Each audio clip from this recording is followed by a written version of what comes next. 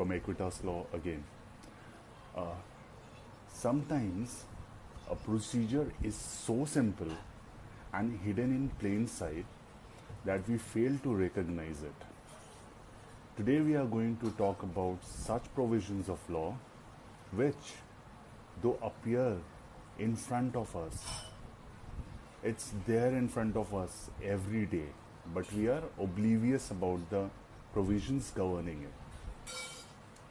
Let's jump to the conclusion. Let's jump to the provision and topic at hand, which is how can a judge trying a particular accused for a particular crime does not have the powers to punish or sentence the accused. Whether this kind of a situation is actually there, if there, what is the provision substantiating it? As we all know that a particular magistrate under the Code of Criminal Procedure has its definitive power of passing a limited sentence. Like suppose if a magistrate of the first class could not punish an accused for murder, then certainly he could not try him even. That would be beyond its power to punish. So this is the today's topic, and we are going to explain it how it works. Let us have an example to this to understand it more clearly about the topic. It will be easier for all of us.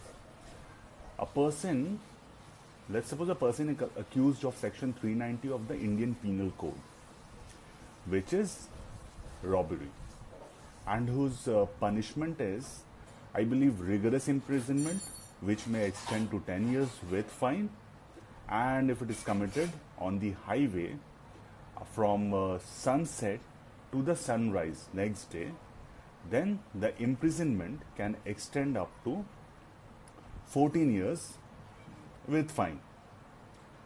So if we see the schedule of the Code of Criminal Procedure, which says which magistrate will be trying that matter, it is given the magistrate which is before which this case is to be tried is the magistrate of the first class.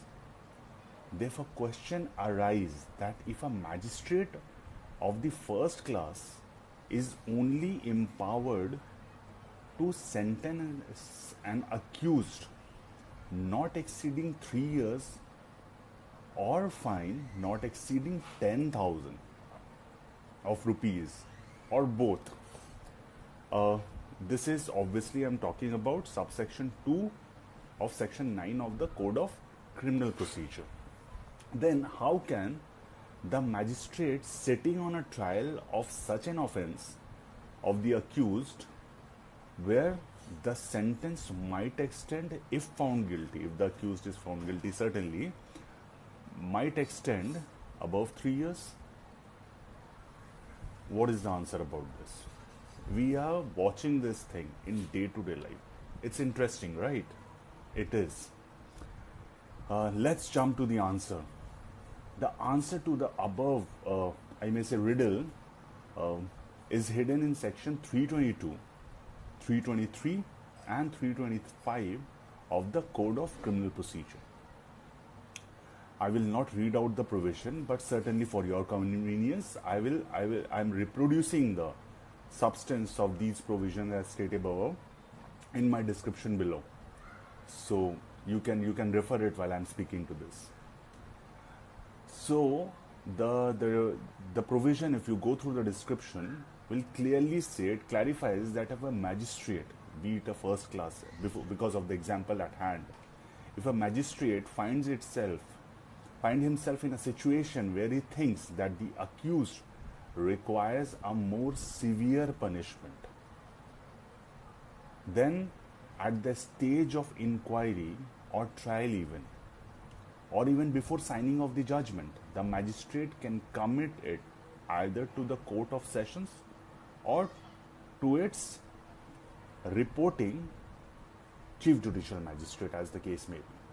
Let's suppose if he is trying and during the trial found out that this has to be tried by the Court of Sessions, then he will stop the trial, or at whatever stage it is, inquiry or trial, and before signing any judgment, he will just commit it to the Sessions, Court of Sessions, or to the So the judge who is sitting on the trial is actually having the power to sentence the accused for such crimes if found guilty.